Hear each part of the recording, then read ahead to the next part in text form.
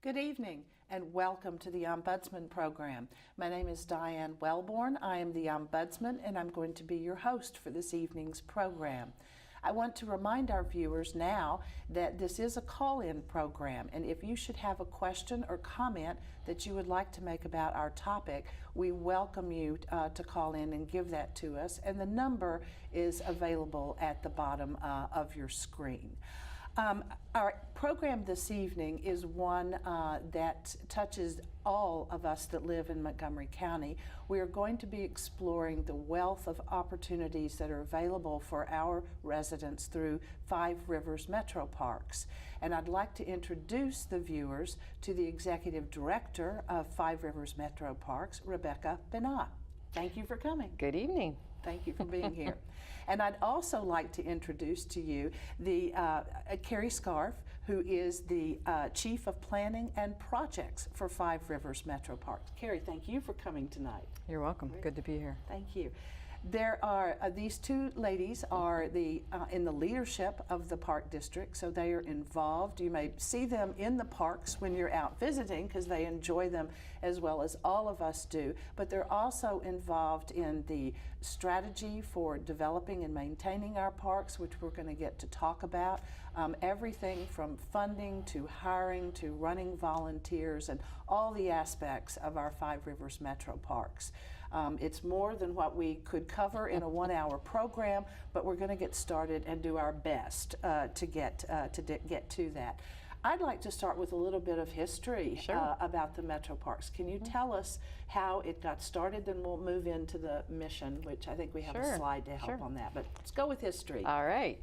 Well, first of all, it was started in 1963. We were formed in 1963, and it was really organized and established by visionary citizens who at that point in time saw the future of growth.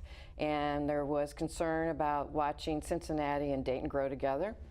Yeah. And some other expansion around the city of Dayton and the communities around it. And they were concerned about making sure that there was enough open space to be protected, keep our waterways protected, and have opportunities for people to get out and enjoy nature. So citizens banded together and really worked with the state legislature to establish us. And we are a special park district that services Montgomery County. And we have, our parks are located, as you know, throughout the county itself. And we have really a variety of services and locations to hopefully meet the needs of anyone who would like to get outdoors. Wonderful. Thank you very much. We appreciate that good overview. 63, that's not really all that old, Not really, actually. In the big scheme of things. There are many trees in those parks that are a lot older than that's right. older than the organization itself. I think we do have a slide that will help Executive Director Benna address the mission of the Metropark. So if we could play that now, that would be very helpful while we talk about the mission of Metroparks. Can you give us? Nope, we've gone to the end. We don't want to be at the end. There we go. Now we're on the mission. The mission slide is perfect. So why don't you tell us about that? I mean, really, our mission is to protect our region's natural heritage, provide outdoor experiences that inspire a personal connection to nature, meaning that aside from protecting those areas, we want to get people excited about valuing those areas, getting involved, getting outside, and we use our three pillars, which are conservation, education, and recreation. So we look to those types of activities to draw people into our parks and out into the open space so that they can enjoy it themselves as well as hopefully value what is there. Oh, that's a wonderful, a wonderful mission, and we'll get back to each of those pillars. Can we talk a little bit about how many parks comprise our Metro Park system? Because it's not just one big extended park. Yeah. Right. Well, we have over 16,000 acres of land that we, on behalf of our citizens and communities, help steward. And of those properties, we have 18, what we like to say, clean, safe parks. And we also have 11 conservation areas, and hopefully most people know that we also own and manage 2nd Street Market, which is in downtown Dayton. And in those parks, we have different kinds of parks. So we have community parks, urban parks, we have natural area parks, and of course within all those amenities, we have various types of things like trails, picnicking, fishing in some of our parks. So there's a variety of opportunities for people to get out and enjoy. And that's wonderful to have all of that diversity. About how many people visit the parks annually? I'm sure you try to keep numbers, but that must be hard. We do. And in 2017, it was 3.6 million people, or visits, I should say, visits to the park. People ask me, how do you get those counts? Yes. Well, we actually have counters. So when you drive into a park or you use a trail, we have counters in various locations. So we try to capture the number of visits that come into those areas. So it's pretty scientific. We have someone who actually helps us with that research, and we've had a pretty steady, slow increase, which we like to see in terms of the number of people who are making visits to our parks. Would you like to share with us what you are finding are some of the most frequently visited?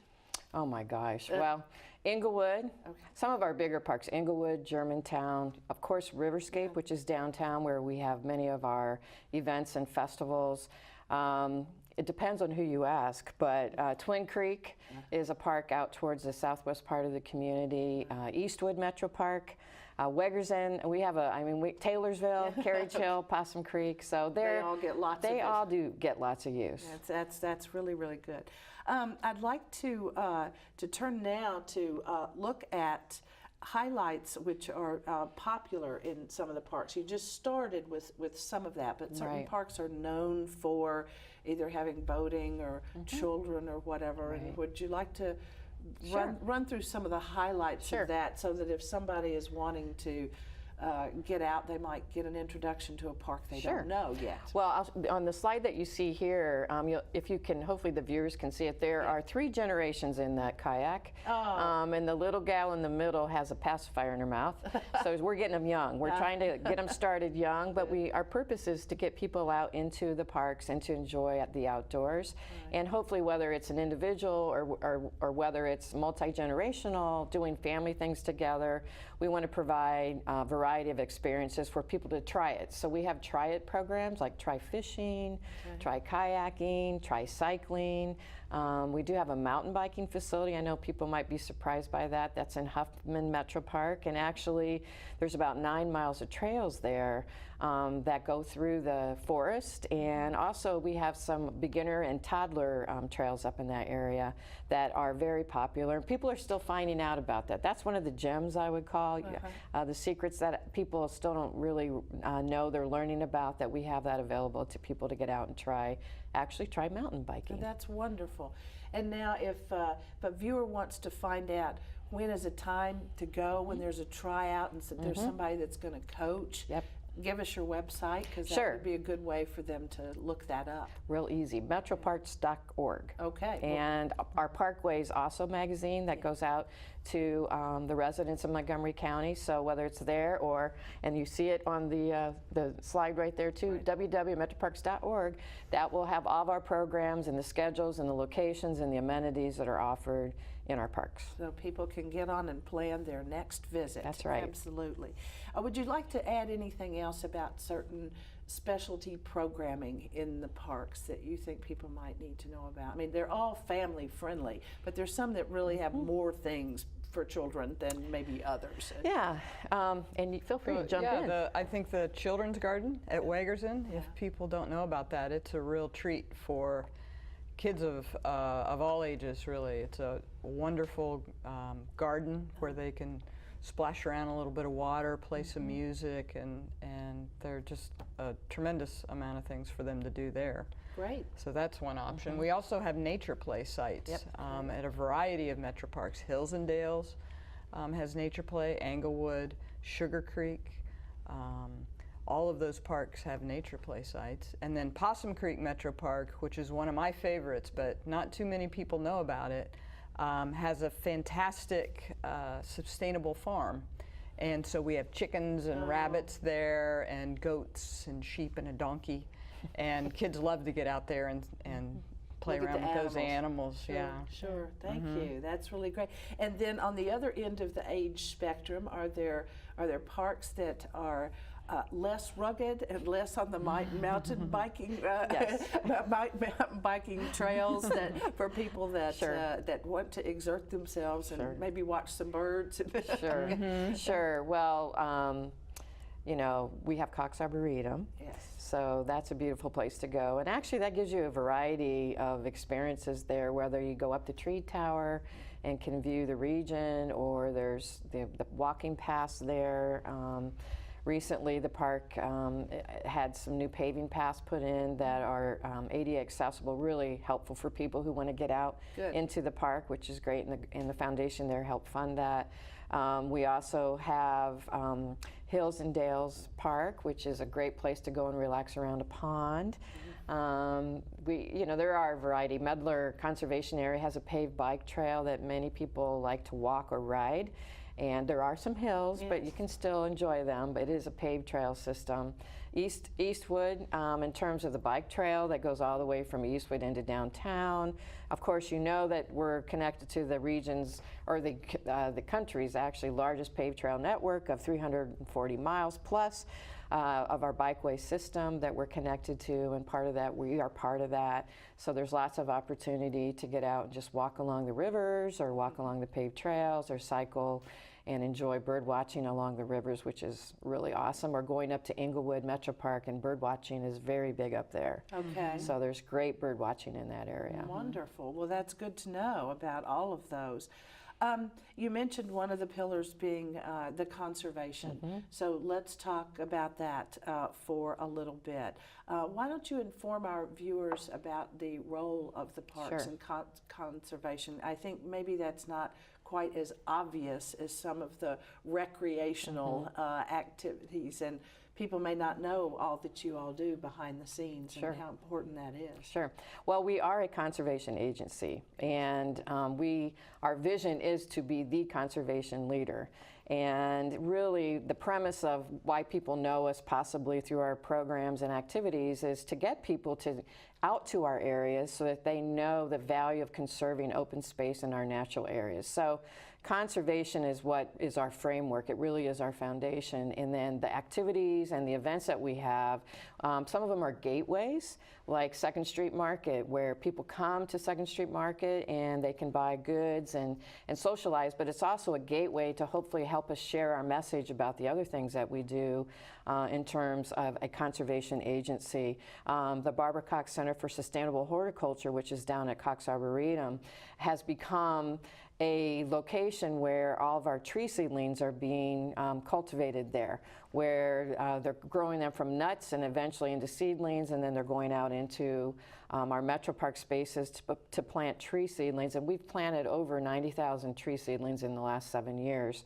That's pretty remarkable. Right, and great volunteers to help us with that, as well as our staff being out and constantly really looking for where do we need to replace our forests. We're really about trying to make sure we have natural habitats intact for our animal life that is there, protecting our waterways by educating people about the importance of clean waterways, protecting our vegetation that we have to make sure people understand how important that is. We do that through gardening. We do that through our Conservation Kids program, teaching kids about the value of conservation and how to be your own conservationist and grow things in your own backyard, so it doesn't have to always be in a park. You too can be a conservationist. Well, that's a very good point. What are in what you've mentioned, I'd like to know if there's certain priorities with our conservation efforts in Montgomery County because of who we are and the type of flora and fauna, whatever that we have here. Are there certain things that we're looking to conserve? Sure. Yeah, go ahead. Yeah. So most of Ohio way back when was forested, but we also had a lot of prairies. And so we have recreated a lot of those prairies throughout the Metroparks. And Those are some great hiking experiences. You mentioned people who maybe aren't as vigorous and they don't want a mountain bike. Right. We have some beautiful prairies and flat areas at Carriage Hill Metropark, at Possum Creek Metropark, and those are some great hikes, Sugar Creek Metropark.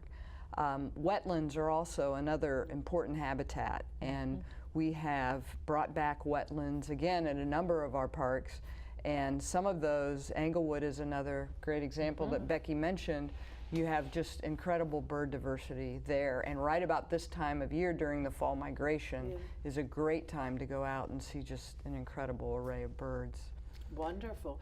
Are we planning to do more wetlands? Or have we gotten to where we need to be? Do we need more? What? We are always looking for opportunities to match the land with the habitat that it wants to be. Okay. So there are some places where we know we would like to recreate some wetlands, and frequently we partner with others in the community to make those happen. We've had a lot of success with that. All right, that's very good. Thanks for letting us know all about that. I know that our Metro Parks is an accredited park, and that's not the case for all parks. Right. And but I don't really know what that means, and so I'm wondering if viewers know that. Again, that's one of those behind-the-scenes efforts that you and your staff and your volunteers probably went through some kind of lengthy process. We did. To reach this status. So why don't you inform us about what that means? Sure. Well, accreditation, it's a different terminology in some industries. Some are called accreditations like hospitals. It really is, in our industry, the acknowledgement of making sure we are living by and practicing best management practices. 151 standards, and we had to meet 90% of those standards, and I'm happy and I like to brag about we met 100% of those standards. Well, congratulations. Thank you, and it took a team effort to do, and it's, accreditation is great, but the purpose of accreditation is to really do a self-evaluation of all the areas of your operation, whether it's human resources, finance, budgeting, operational plans, safety plans, recreation programming, conservation plans, a variety of standards that are part of that process. And in determining, do we have them in writing? Do we have them? Right. Do they meet the standards that have been established by the national agency? And then we have peers come in from other agencies to actually evaluate us, look at every document that would verify or not whether or not we met those standards, and really that's what makes accreditation so great. It's the process of really looking hard at yourself to make sure that you are meeting best practices based on the national standards for our industry. Wonderful. Congratulations. How long a process was that? About 2 years. About 2 years to go through that, and then once that status is maintained, I'm sure there are future every 5 years. Checkpoints. Okay, every 5 Well, you're required to do an update or an annual report every year, but then you're visited every 5 years to make sure that you're still abiding and living by those standards. And really, the other benefit of that, we hope, is that conveys the services are at the best possible level that is expected through accreditation that we're giving to our community. And that's the best benefit in terms of why we do this. Wonderful. Well, thank you for going through all of that, hard work to get that accreditation for all of us there. Are there some of those standards? You mentioned all the best practices in HR and budgeting and accounting and accountability. Were there some that you might have raised an eyebrow at when you first read the standards to say, "Oh, really? Is this that you would want to share with the viewers?" I'd let Carrie answer that question. They were very comprehensive. Okay. So there really weren't any, I think, that we raised an eyebrow at, because that's good to know. You were ready. Whether we were doing them really well or we needed to up our game a little bit, they all fit into what we were trying to achieve. So it was good to have that structure around the organization. Wonderful. I also think I'm sorry. You go ahead. Then well, and I also think there are requirements for planning purposes. For example, our comprehensive master plan, that's a requirement. And that goes back to making sure that we're meeting the standards of what does the community want from us. Right. You know, understanding how do we engage with our community to find out what's most important to them. We're going to come back to that. I'm going to hold that Okay. thought for us because being told we have a caller. Hello. Thank you for your call to our program tonight. You're on the air. We'd like to hear your question. Yes? Yes, thank you for taking my call. I'm noticing climate change, the unnatural warmth that we are experiencing right now, and the large storms that are going around in different places of the world. And I guess I'm wondering, what would people who are in charge of the metro parks in our area, what would they identify as the principal environmental challenges that our park system is facing? Maybe just the top two. Okay, thank you for your call. I hope you could hear that. It was basically about the unusual warmth and the level of storm activity that we've been having, and what environmental challenges does that present for park management. And he asked for only the top two. Did I get that right? Okay. Right. Well, one I'll tell you that does affect us a lot has been the storm, the intensity of storms and the loss of trees. Whether it's through the storms themselves, whether it's through drought, whether it's through the emerald ash borer, those types of unfortunate things that are happening are causing us to lose trees, and that's why we are focusing on, you know, how do we replace our forest land? And that for us, I think, is one that affects us across the park itself. Another one would be the flooding. Yes. More frequent and more turbulent flooding. And we're fortunate in this area that the Miami Conservancy District does a great job of keeping us all safe from floods, but we do have high water events, and a lot of our park features are actually built within those floodways. And they're very resilient, but it's a lot of cleanup every time we have a flood. All right. So with respect to the storms and on the trees, well, we have another caller, so I'm going to come back to that. Hello, thank you for calling the program. We'd like to hear your question. Hello? Hello, yes, I had a question. Please go ahead. Thank you. First, let me say we are so fortunate to have such great metro parks in our area, and I just wanted to see what type of programs do you have for seniors? Do you have any targeted for seniors in any of the parks? Wonderful question. Thank you. We'll get your answer. Thank you for calling us. Sure. Back to the seniors in the parks. Yes. Again, a variety of opportunities depending on what park you're located in. But for example, first of all, volunteering. If seniors are interested in volunteering, there is a variety of choices that they can participate in all of our parks and in our programs. We also have hiking programs where people can get out and hike. They can try activities like kayaking. They can try fishing. They can try cycling. They can try camping. We have camping programs, backpacking programs. Bird watching is another opportunity. We are finding in our surveys that people want to be active, so looking at how we can make sure we have accessible trails for people to get on and be comfortable with, to get out and get exercise. So there's a variety of those types of things. Gardening at both Cox Arboretum and Weigerson Gardens Metro Parks.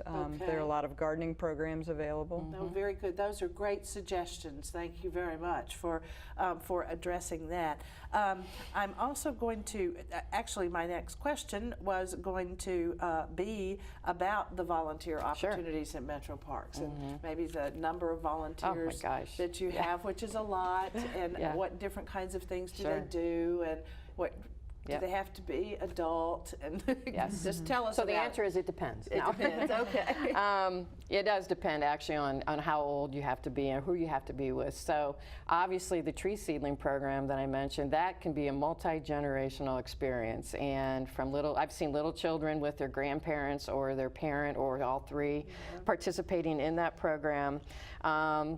There are programs, if you're going to be leading a hike, for example, as a volunteer, of course you would need to be 18 and older. There are some programs for teens that they can participate in as volunteers, but there is a variety. And if you go to the metroparks.org, there is a section about volunteers where you can find out about all the activities, whether it's an ongoing volunteer experience. We have volunteers who help us out in our offices. They help us out with programs, and we just have some terrific volunteers that we couldn't do it without them. And I think in terms of the age range, I think there's something for everyone. If you have an interest, please check us out, because we'd love to get you on board and have you work with us. All right. Well, Almost anything Metroparks does, you can do as a volunteer. that's wonderful to know. That's a great way to sum it up. Thank you very much. And all they have to do is call. Winter, all Yep. season long. You bet. There's always You something bet. to do with the volunteers.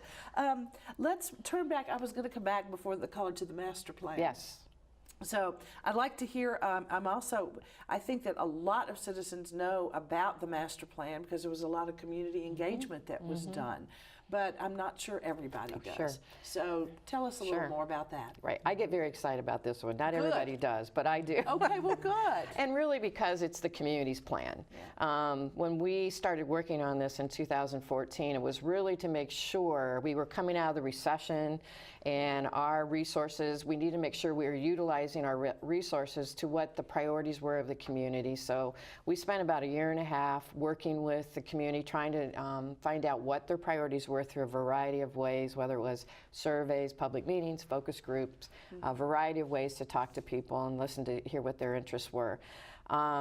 We created a 10-year comprehensive plan based on what the community identified, which were their priorities. And you've seen a couple up on the screen, where to protect, maintain, and care for our natural areas, our wildlife habitats, our waterways, provide clean, safe parks.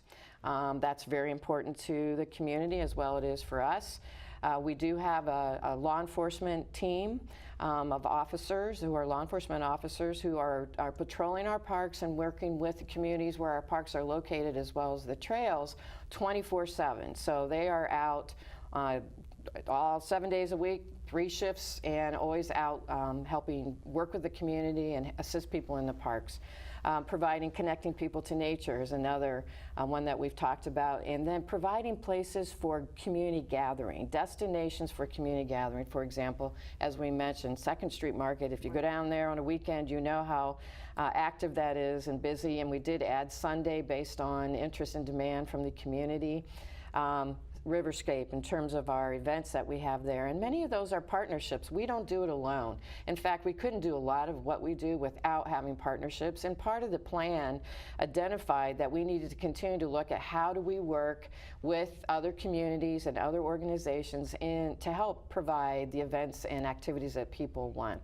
And so leveraging resources are really important, and taking care of what we have. I mean, I mentioned we have 16,000 acres of land and waterways and trails and amenities that we need to take care of, and that's really what that plan is about. And this plan doesn't sit on a shelf. This plan is living, breathing, being modified as needed.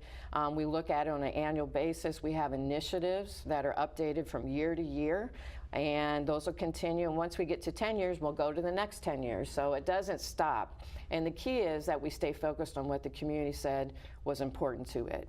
And I'll tell you, the #1 amenity is trails. Trails. Trails are the #1 amenity. Okay. And we have plenty of those for people to enjoy. And we have how many miles about? Well, in our park system, we have about 160 different types of trails. Okay. And then, of course, many of those are connected then onto the bikeway, the regional bikeway system that we have. So we have equestrian, riding, horseback riding, mountain biking, cycling, hiking. Am I forgetting? Well, Cycling. Yeah, all mountain biking. kinds of and- trails. Right. There we go. Paved cycling trails and. Yeah. Well, it's interesting that that was identified as number one. What were some of the other top community Sure. choices in that? Yep, the community festivals and events. Okay. People want to have opportunities. I guess, I mean, we have to do all of them, Yes. but we need to, for example, Riverscape, you know that we have several different kinds of events down at Riverscape itself. But looking at ways people can come together.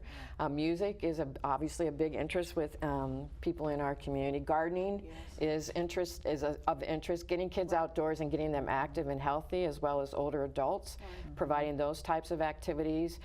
So a variety of ways a diversity really of different types of activities people can choose from. Okay. And this 10-year plan was started in 2014. Does it run to 2024? Is that? Yes, but Okay. as I said, we'll continue to update that. It was doing it actually every- approved in 16, so Okay. it goes to I see. 2016. To 2016, but Yep. it's being looked at constantly, Yep. as you said. So that's Yes. very good. And what are the things that you were probably most proud about, other than this master plan? Because that's a very That's a good big one. accomplishment. Yes. Well, first of all, and I came here 7 years ago, and I've told this staff they are the most passionate people I've ever worked with, and I don't want to say that lightly. They really believe in the mission. They believe in what they do. And so accreditation was a big step for our organization. Not just the passion of the folks who provide the services, but making sure that we're doing it at the level of what the national standards are that require us to be, and doing that together, so everybody participated in that process. I'm very proud of the team and being able to accomplish that, and not just accomplish it, but meet 100% of those standards that I mentioned. Wonderful, yeah. That for me makes me very proud of those folks. Of course, as it should. That's wonderful. What are some of the challenges in addition to what weather brings your way? Yeah. Well, I think making sure that we have the resources we need, whether it's staff, whether it's funding, whether it's both, making sure that we can meet the expectations of the community. We are very focused on our mission, making sure that we continue to find ways to leverage our own resources to work with others in the community to be able to provide services that the public would like to see offered. Okay. And you've mentioned already that you all partner with a lot of agencies. Can you name a few? Oh my gosh, there's a lot. Well, you don't want to leave anybody out, but just to give the viewers some ideas. Sure. You mentioned the Conservancy, Right. because of their responsibility for the rivers and others. Sure. Yeah. So go ahead. Well, the Conservancy District leases to us 4 of our major parks behind their dams. So Englewood Metropark, Taylorsville, Huffman, and Germantown Metroparks, those are mostly land that's owned by the Miami Conservancy District, but we lease it from them. It's a good partnership. It's a great partnership. Yeah. And then the city of Dayton, we manage several of the parks: Riverscape, Island, Eastwood, Sunrise, Wagersen, yeah. Wesleyan, Deeds Point, right? Okay, so there's And a lot so of those again, within work the city. Hills and Dales. Hills and Yeah. Dales, yep. That's great. Yeah. And then we work across jurisdictions with the trails, because we do have, we manage and maintain some of the trails, but then the different organizations, communities manage their own trails or maintain their own trails. But our law enforcement officers also patrol those trails. And so, they have very strong working relationships with a variety of organizations and municipalities throughout the county to make sure that we're providing that safe parks and being able to have people out and answering questions when needed. Wonderful. You have already mentioned that with the season of migration, that it'd be great to visit Englewood and look at that while it's going on. Are there other parts, and I know we love all the parks, but are there other parts that might need highlighting right at this season or at this time, or something that you think is the best kept secret, or where people need to go for leaves changing colors, or tell us some of the things that people might not already know? Well, Carrie mentioned Possum Creek, which is, it's near and dear. It is, because I think a lot of people don't know it's there. Okay. And from downtown, I think it's about 8 miles. It's not that far. And it has a place called the Oregon Forest. All right. And it used to be an amusement park. And there's a trail that goes back through a forest that has remnants of that amusement park, whether it's a trolley car that used to be, I guess you could rent it out and stay there. There was a dance floor, there was a pool, a swimming pool that was there. And there's remnants of that that have interpretive signage that talk about what was in that area. And it's a beautiful, it's a nice, pretty flat walk through the park that a lot of people don't know exists. And I think that's such a neat little place. And Twin Creek has the Hopewell Mound, Indian Mound, off the Green Trail, that some people know about, but it's still, I think a lot of people don't know it's there. You probably have some that...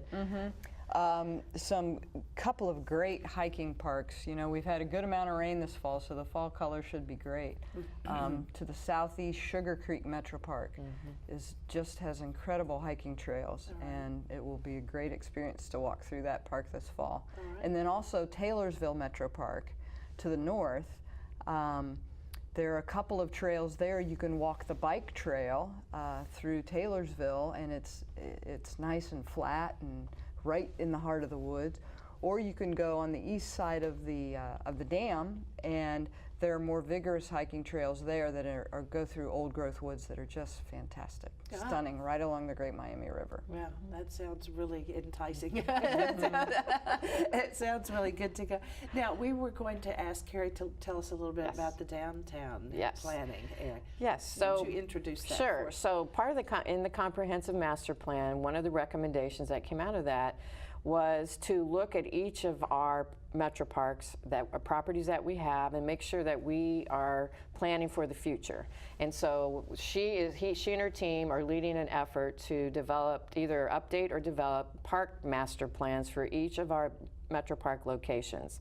And that's to help us plan long into the future, not just 5 years, but long into the future, to make sure we're meeting the growing needs of the community. Part of that also included the downtown Dayton Riverfront plan.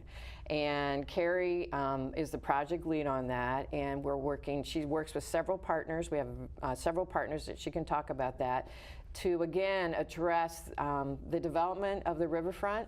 As you know, many more people are going to the river, not only in Dayton, but up and down the river corridor, and they are planning a long-term plan collectively, and again, it was a very extensive public process, and so that was a recommendation that came out of the comprehensive plan, and she has been, gosh, when did you kick that off? About a year ago?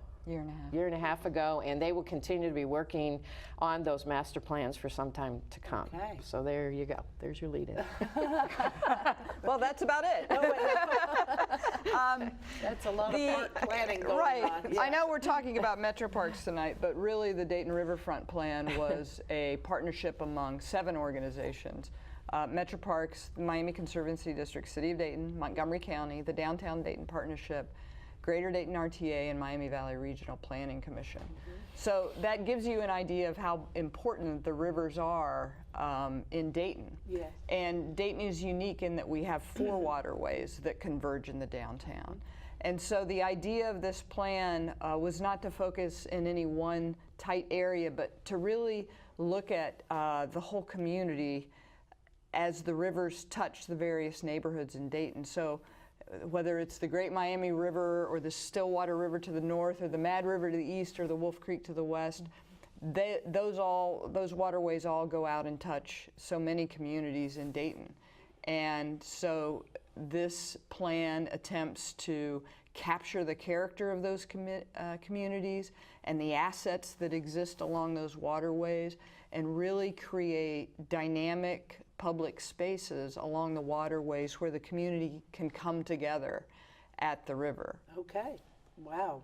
And tell us where you are in the planning process and discussion process. So we've completed, right now we're wrapping up the plan, putting the final touches on the plan itself, and at the same time then working through our implementation plan. So we have a number of projects that are already underway, and projects that are slated to begin next year and then again in 2020. And then we're developing our plans for the projects as they continue into the future. This is a 25-year plan. So this one is a real long vision. But there are already a lot of projects underway that will start to bring the vision to fruition. Wow, that's pretty exciting. And then will it involve all of the parks that are a part of touching the river in those different places, I would think? It Yes. does. Okay. And of course, there are a number of metro parks, but there are also City of Dayton parks. And Right. people may not realize this, but as you go up the Stillwater River out of downtown, there are 4 miles of public open space in parks that are either the City of Dayton's or metro parks. And that's just, not many communities have that kind of asset. And we've got the Boonshoff Museum of Discovery and the Dayton Playhouse, along with the Wegerson Formal Gardens, and then all the recreational activities at the ballparks and everything at Island Metro Park. So it's just an incredible cultural corridor that can be a destination for the entire region as well as tourists. Yeah, well, that's going to be very exciting to see. So people can look for that plan to be released coming up in the next, what, In the 6 next, months? I would say even less. Even Next less couple is- months, we will Okay. roll that out and start to talk about the things that will be happening to make that come to life. Okay, well, good luck, and thank you for the hard work. I mean, to pull out all of that together is a very big job. I mean, you've got a lot of corridors that you're talking about that are running through a lot of neighborhoods. Yes, So they that's are. very, very exciting and very comprehensive. We look forward to hearing about that. You might also mention the park master plans that you're doing for Hills and Dales coming True. up. If you So, can just hold that, sure. Hills and Dales, we want to get our callers in. So Okay. thank you very much for calling the program. We'd love to hear your question. Yes, thank you. I love all the metro parks, the opportunity to see the wildlife. I especially love Possum Creek. But my question is more specific. I love fishing, and so I guess I'd like some advice, or I'd like to know where, other than Possum Creek, where I've never actually caught anything, where else can I go in the metro park system and do a little fishing when I have free time? And I guess I do have to have a fishing license in all the metro parks. Is that right? Thank you, and I'll take my answer off the air. Well, thank you very much for calling. I think our caller is maybe asking the age-old question of where's the best fishing hole? And licensing, so that, you know, where would you direct them for fishing? Are there places that are stocked? Licensing, I'll let you all take it there. You actually only need a license if you are connected to a moving waterway. So we do have parks where a license is not required. All right. Carriage Hill Metro Park. Okay. And Cedar Lake there, and then he mentioned Possum Creek. Argonne Lake at Possum Creek there's no license required, and then down in Twin Creek, there's also a pond at Twin Creek where a license isn't required. So there's 3 at least. There are There's 3. There's no licenses required. Yeah. But the rest of them, you better have one. Or there may be more, but you can check our website Yes. because it does list all the various locations and where licenses are required and where they're not. Okay, So- that's good. And are there, I'm not a fisherman, so excuse this question, but are there different types of fish in these different ponds? There Or are is it different types. mixture? They're different, and I don't know a lot about fish either. But there are different types of fish in the waterways versus the ponds. Yes. And for example, the Mad River is a spring-fed river, so Okay. that its temperatures are cooler, and there are different types of fish there. There's some great fly fishing in the Mad River. The Stillwater River also offers great fishing, and then down in Germantown and Twin Creek Metro Parks. The Twin Creek is one of the second cleanest river in the state of Ohio, Well, and has good for just fantastic fishing. Okay, down at Twin Creek, wonderful. Good news for all the fishermen. That's right. This is great, good. So you were saying, as we had our fishing call, yes. Our park master planning. Yes. Right. So in addition to all of our parks that are encompassed by the Dayton Riverfront Plan, the urban parks, we've also been developing site plans and master plans for our individual parks out beyond the urban area. And so we have completed 8 of those, and we're moving on. And in the next few months, we'll be kicking off master plans for Hills and Dales Metro Park and Huffman Metro Park. So we're looking forward to bringing the community in to help us develop those plans, and those are, again, 10-year visions for these parks and how they might evolve and better serve the community. Okay, and then so the public notices are going to be going out for Yes. Hills and Dales and where those will be held, so Yes. people can come and give their ideas and their input. Exactly. Good, good. That's wonderful. And anything else you want to say about the master plan before we move on? Because there's so much. There is so much. If people frequent those parks, we'll have signs up at the parks telling them when the public input meetings are, so That's they can come join us and get around the table and roll up their sleeves and pick up a pen and tell us what they want to see. Oh, that's good. So they can know about that directly. That's wonderful. I had a couple of finance questions that I thought we would toss out so our viewers could learn. What is the budget for the Metroparks overall, and where does it come from? Yes, our budget is $22 million. And it's actually 80% of that, just over 80% of that is funded by a property tax levy. Okay. That is a 10-year levy. That was established when we were formed, and Back in 63. Back in 63. Okay. And so that is our primary source of funding, and really that's to make sure that we can keep our parks open and free to the public. And it primarily provides the opportunity to make sure we can care for them, offer programs, offer the events. And it is the other 20% of that in terms of our funding comes from things like grants, fees for some programs, rentals of some facilities. We offer camping, we offer the ice rink, we offer rentals for bikes. So we're also looking at sponsorships and partnerships, and we have a foundation. And so that remaining 20% comes from those sources of funding. Okay, all right, so that's a very good breakdown there. And then there is a renewal that's going to be happening about this levy. Let me see, I already got to the partnerships with which you were working. And then one other question I wanted to pick up on a little bit was about the work of your security officers. Yes. Because safety is so important everywhere. I mean, everywhere it's important. And even in the beauty of our parks. So you've already covered that they are 24/7. 24/7. They're always there. They are law enforcement officers. Okay, that's very important, I think, for the public to know. Yes. We'll come back to that because we have another caller. So, hello, caller. Thank you very much for calling in. You're on the air. We'll hear your question. Yes, I have a comment and a question. My comment is for your viewers, and I would just really encourage them to go to the polls and vote for issue 6. People love going to the parks. I like talking about the parks, but now they have an opportunity to do something. So I encourage people to vote for issue 6. My question for the two parks officials is, how do they serve the City of Dayton citizens by partnering with the City of Dayton? Thank you. Excellent. Thank you very much.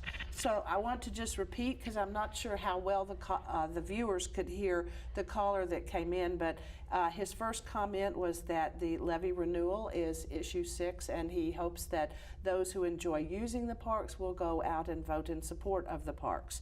And his second part, that was his comment, and his question was about how the parks are working specifically with the City of Dayton. Sure, and we talked a little bit about that. I do want to say it is a replacement and not a renewal, so I just want to make sure everybody knows that. Levy, so it's just the same. It's a replacement levy with there is a slight increase. Okay, Yep. all right. But it's a replacement. It's a replacement. Very important for people to understand. Yes. Yeah. So we mentioned it a little bit about how we work with the City of Dayton, and again, there's some very strong partnerships. The River Run, and we didn't really hit on that much, but the River Run that's in the middle of downtown Dayton, that was a very strong relationship and continues to be in terms of working together.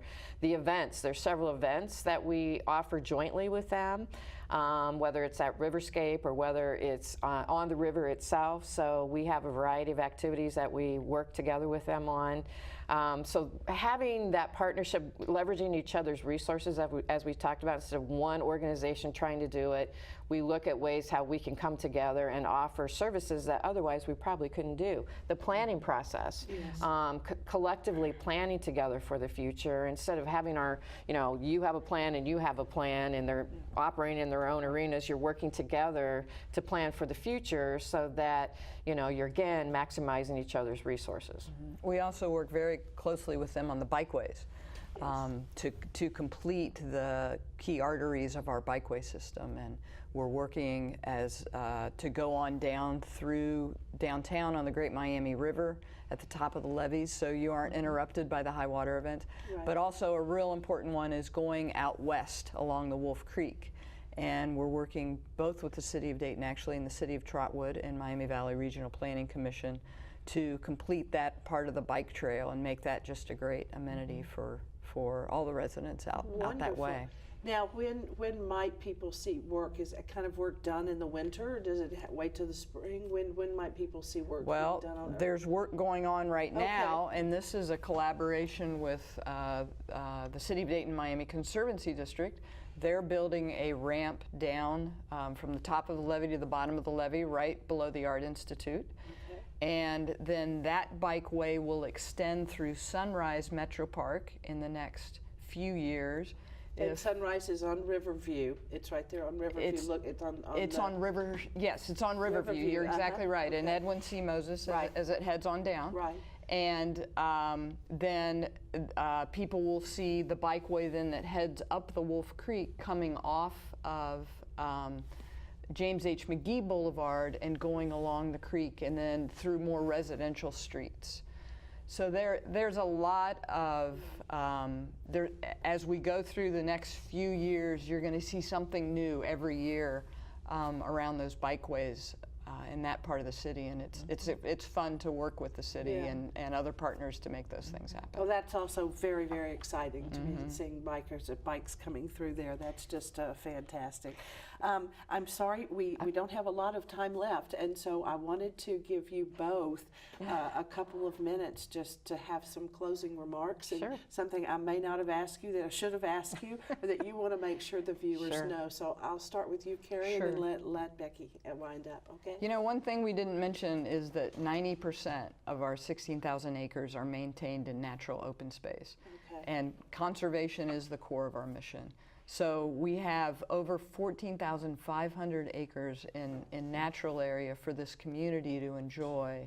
And our trails lead people out into those beautiful areas to see all sorts of birds, but also lots of wildlife that has come back. Everybody knows about the eagles, but we've also got otter and beaver and even bobcat, and occasionally a bear will go through the Twin Valley. And so there is a tremendously rich open space out there for the people of Montgomery County. Well, thank you for maintaining that for enjoyment.